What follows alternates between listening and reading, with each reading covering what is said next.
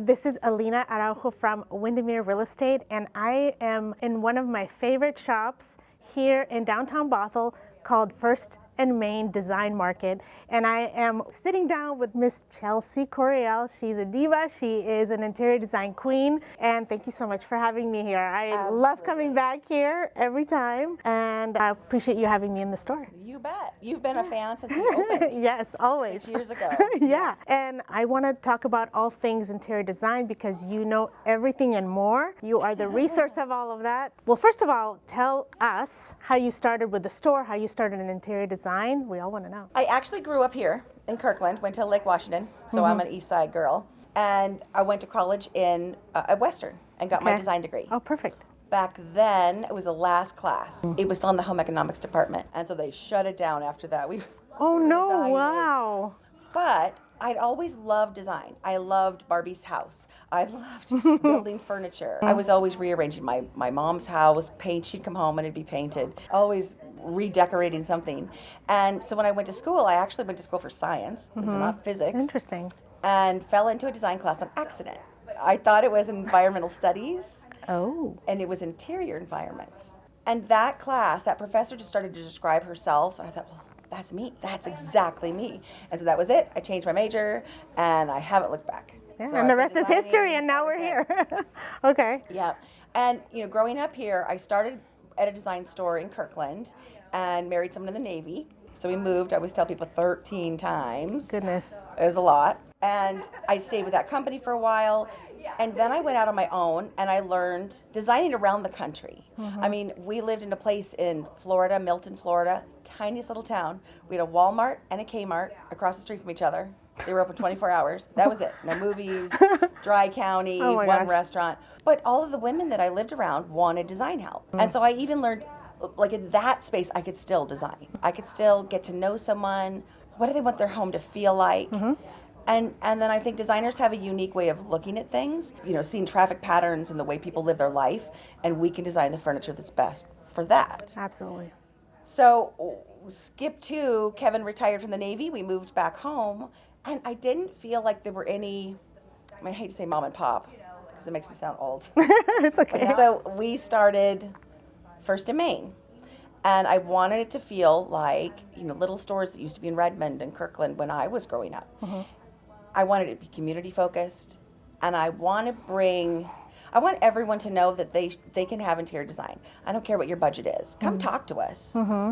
I think everyone deserves a beautiful home. When the world's crazy these days, and we get home, we need to feel safe and comfortable and at ease. You don't need your furniture causing you stress. That's very true. Yes. So it should be the least of our worries. Absolutely. So now we're here, helping the community, helping people. Back in my roots. Yes. It feels good. And we absolutely love you guys having in our community in Bothell, Kenmore, and people from all over are coming here and buying furniture, designing their home. But if let's pretend that I am a person who's, hey, I just bought my first house and I have no design artistry. What do? Do I come talk to you? Tell me the process of interior design from beginning to end. I have 5 designers here. And people always ask me, well, what's your style? Can you put me with a designer that's your style? A good designer can design in any style, because it isn't about the fabrics that we choose specifically. It's a balance and scale. It's getting feel for the space, the energy in the room, how things lay out. So we've done rooms, some of the craziest designs. You look at it and say, never in a million years would I have a sofa that was covered in a dog fabric with turquoise legs and bright orange piping. Yeah. But for someone, that's their dream sofa. Absolutely, yeah. So when you come into the store, it's not your typical experience. We're not here to sell you furniture. We're here to make a beautiful home for you. Okay. So you get to know us. We get to know you. Tell us about your pets. Tell us about, what is your job like? What time do you get home? Are you the one that goes to the grocery shopping? Where do you get out of your car and bring your groceries in? Wow, that matters? Oh, absolutely. Okay. Absolutely. And so we'll come to your house to get that feel. We take some measurements, take some pictures. Then we come back to the store and we pull it all together. It's like that brainstorm. Like, oh, I know. I know what to do here. I know what to do there. You come in 2 days, you see that brainstorm, and you say, no, I like this or that. I like this traffic pattern, not that. This is my color palette. Yes, I love that color palette. Yes, this sofa feels the best. Then you give us a couple more days and we tweak it. Okay. And we add those layers. See, people don't really understand. You can't just go buy a sofa and think it's going to transform your room. It's never like that. I've thought of that before. Yeah. And we have people that do that all the time. Maybe they have a big, new open white house. And they say, well, let's just start with the sofa.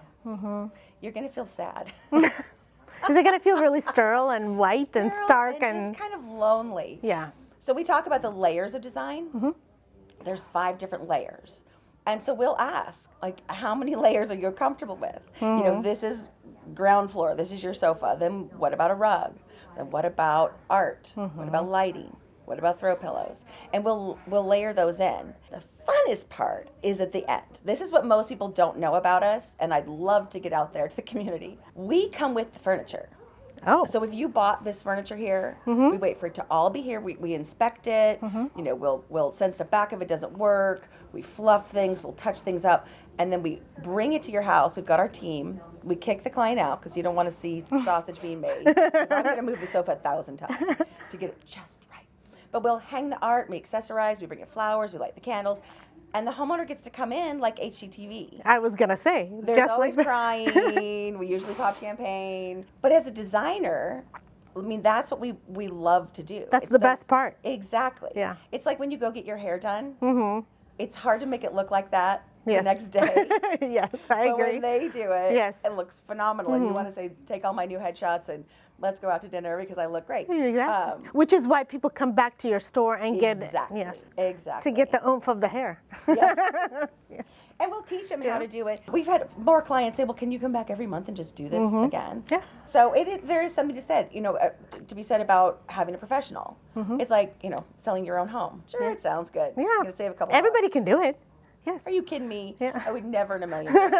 You let the professionals do the professional thing. Yes, agreed. So it's the same with homes. Okay.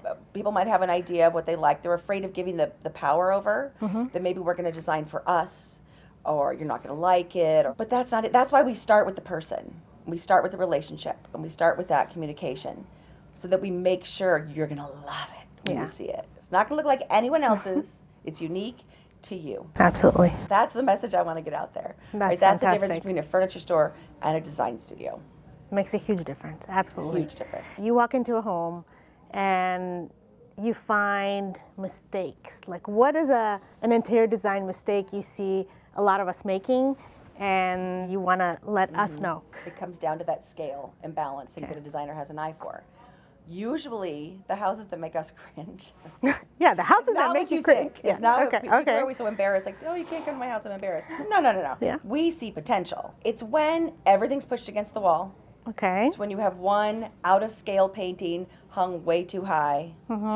There's so many little things, and it's the stuff that most people do. Yeah. But that's not good design. You've got to bring art down to where it's at your eye level, where people can enjoy it. Okay. You need conversation groups in your furniture where they're tight in. You have a rug that grounds it, so people can talk like this. When you have people over, if everyone's spread out against the wall, everyone's facing towards the TV, you're never going to encourage. You need a little table for your drinkies and so that you can talk and you can, Yeah.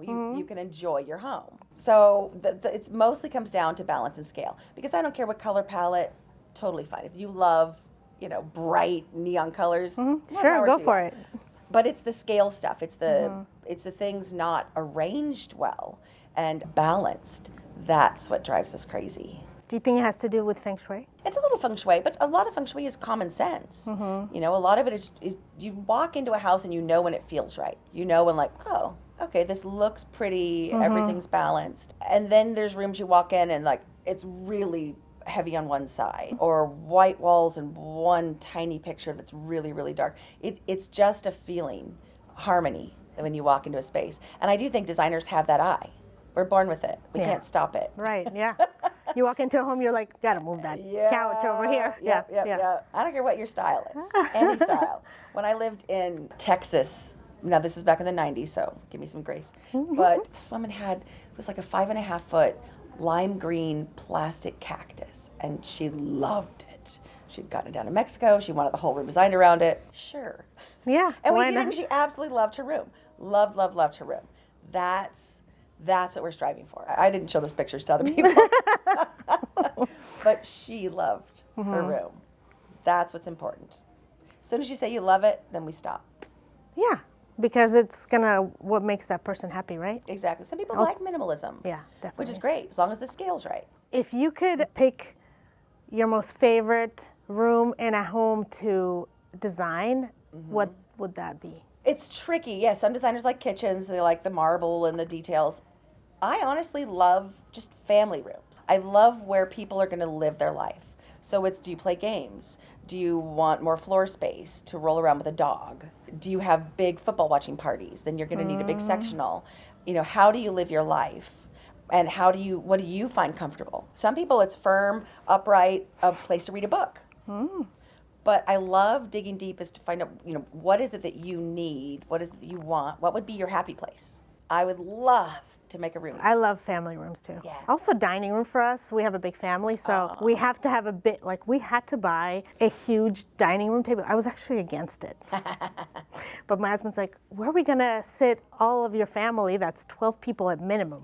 And our Yeah. family keeps growing, so yeah. I'm glad to hear you're using your dining room though. Yes. Most people don't anymore. No. They're turning a lot of those into offices but it's communal stuff. You know, with us, we play a lot of games, my family. So I had to have a big sectional where we can all sit around a big table and play games. You know, same kind of thing. It depends on the family. Absolutely. What kind of trends do you see right now as we are, you know, in spring, heading into summer, right? What is something that you see right now in the trends?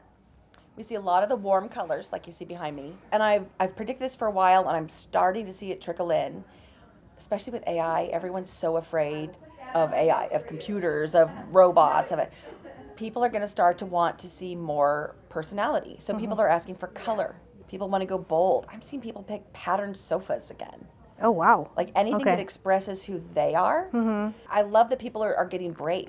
It doesn't have to match everybody. It doesn't That's have to true. look like everyone's house. Yes, yes. They can, I like pink, I'm going to have a pink room. Love it. Okay. So I do see people gravitating towards colors. Lots of big blue sofas and green, a lot of green. Are we talking brighter ones or No, just still like earthy. earthy tones? Okay. Still kind of muted, sage, and I have a prediction. Tell us your prediction. This is the juice right here. Mauve. See, no one calls it that yet. Okay. But it is mauve. I've lived through the 80s. I know what Okay. mauve looks like. Mauve is the new color. Yeah. So it's not a plum. It's not a pink. It's a dusty. And you're It's seeing it mauve. in what? In Sofas, chairs, Okay. the art. Okay. It's just pops the color. And maybe because it goes really well with cream, and for so long, everyone did cream and beige.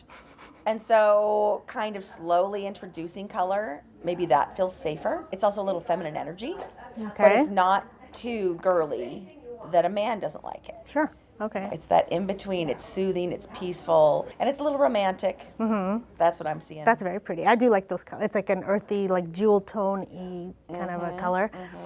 Is there a design trend that you absolutely hate? Where everything was beige. Oh, okay. We got that out of you. Okay. Yeah, I know a lot of Was people it just do too boring or plain? I think it's a cop-out. I think it's, you can't decide who you are and you're afraid to express who you are. You're afraid to take a chance. But everyone has a favorite color. For sure. Everyone. Yeah. And how many people do you ask, what's your favorite color? And they say beige. They don't say that. They think, oh, well, this will go with anything. Well, just wait until you have dogs and kids on a beige couch. Exactly. Yeah, And yeah. fabrics these days, fantastic. Performance fabrics. Okay. Even red wine comes out. But then do you want to be spending all your days cleaning your furniture? No, not at all. So Okay. be a little brave. Get some color in there. Okay. Textures. Okay. Now, we're talking about furniture, but I want to talk about the structure, or not structural, but the walls, the colors, of because that I think centers the room, I'm sure. I mean, that's my guess, but tell us the Yeah. colors you love right now. That's another mistake a lot of people do is by picking their paint color first. Oh, Paint color is literally endless. You're not just stuck with the paint colors they have at the store with the little chips. You can have them add more white, add more black, any color. It's literally limitless. so you're going to come in with us to help us pick out the color. I'm going to find something you love first. Okay. It's a vase, it's a fabric, it's something else. And then we pull the color from it. Because you could paint a whole, if I see one more agreeable gray, come on. I'm trying to bring back Navajo white.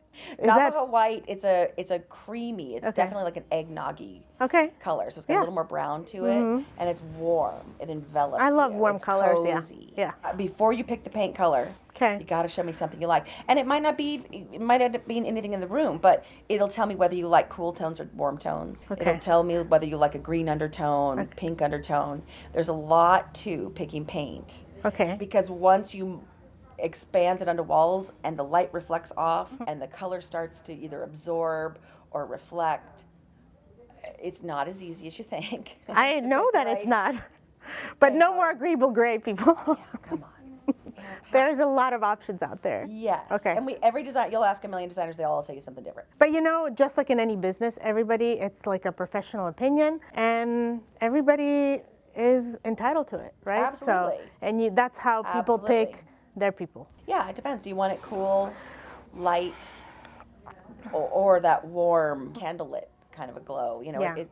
That's again why we get to know you. Yes, but doesn't that make a difference, like which way the windows are facing, right? Absolutely. Which room it is. Is this a wind down at night room? Is this a getting up in the morning and feeling energized room? Yeah. All of that plays a part. It's hard to just pick one color, which is what happened with agreeable gray. And they said, this is a really good color. The argument was that this color looks different in all these different lighting. Absolutely it does, which is not a good thing. No. I went to one house we were working on. She spent a lot of money painting the entire house agreeable gray inside. And it was a big house. Okay. What she didn't know was that all of her beautiful molding, she had an older house, lots of big stacked molding with a high gloss, was cream. And it had a really strong yellow undertone. It made agreeable gray turn baby blue. Oh, wow. It pulled the blue out. And so everything we brought in clashed with her walls. Oh, no. She couldn't pay to have it all repainted. So we just did what we could. We brought in more blues. We leaned into it. We went for it. But it did kind of pigeonhole her into certain colors. She really, it just looked, every time we bring in something that was too gold, or it just didn't work. Just didn't look right. Yeah. Now we know what it means to live on your furniture, and the cheap sofa started to fall apart. And people would come and say, well, I just bought this 2 years ago. It's like clothing. There's good, better, best in clothing quality. Sometimes you can get trendy, but it's not great quality. Yeah. So we always say, put it where you're going to sit, because that has to last the longest. That's your biggest investment. Then you can save money on throw pillows and accessories. Those are things you're going to change out through the seasons. It could be a good reading chair. Again, the things you sit on or sleep on, they need to last. And then dining room tables. We used to live in a community where you pass that down. And now no one wants their parents' furniture. I think that was kind of always the way. Yeah. But I also don't like disposable furniture. Yes. So you find that middle ground, right? It's maybe you save a little on the table, but you invest more in the chairs, because that's what gets sat and moved. It's the things you really use. That's where you've got to put your money. Okay. And then the others can happen naturally, can evolve. But yeah, it's got to be where you sit. Oh, I like that. Okay. That's a great one, actually. A lot of us don't know how to hang art.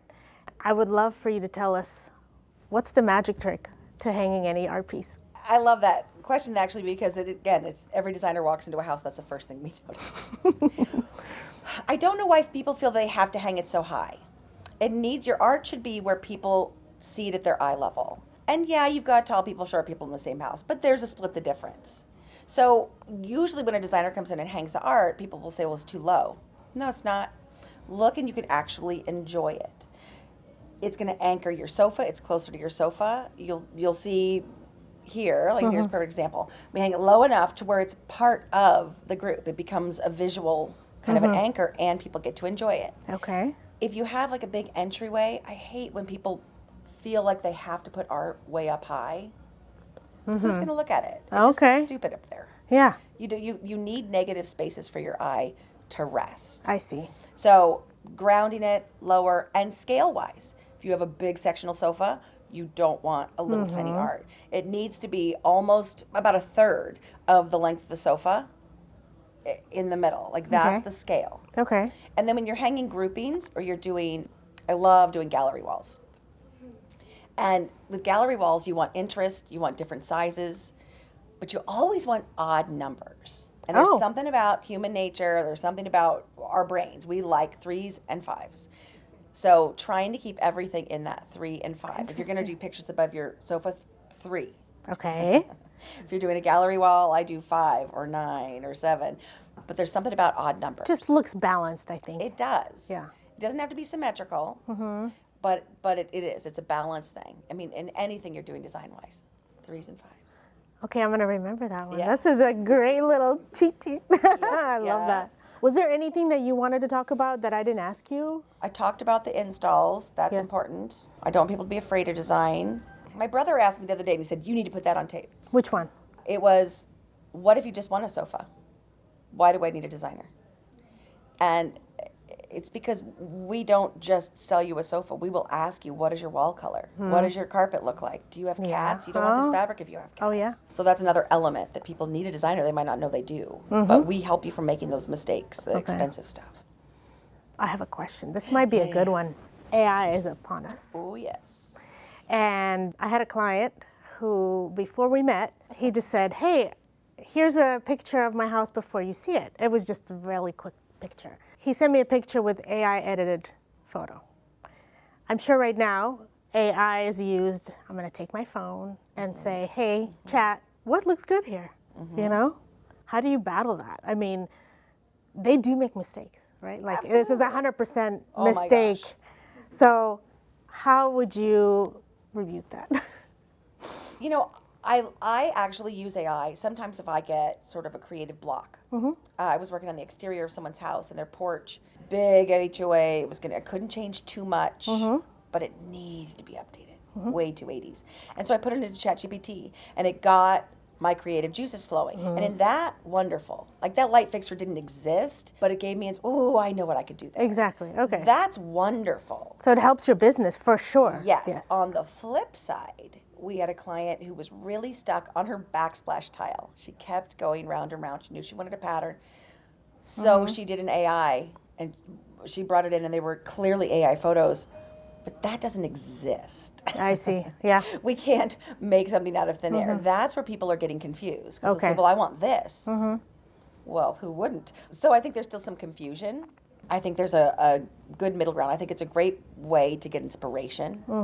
And really, again, to express, this is how I like the way this room feels. You know, we do a lot of speakeasies right now, little speakeasy rooms. Because that's a feeling people want. They want cozy. They want rich colors. Don't look for me. Don't find me. You know, exactly.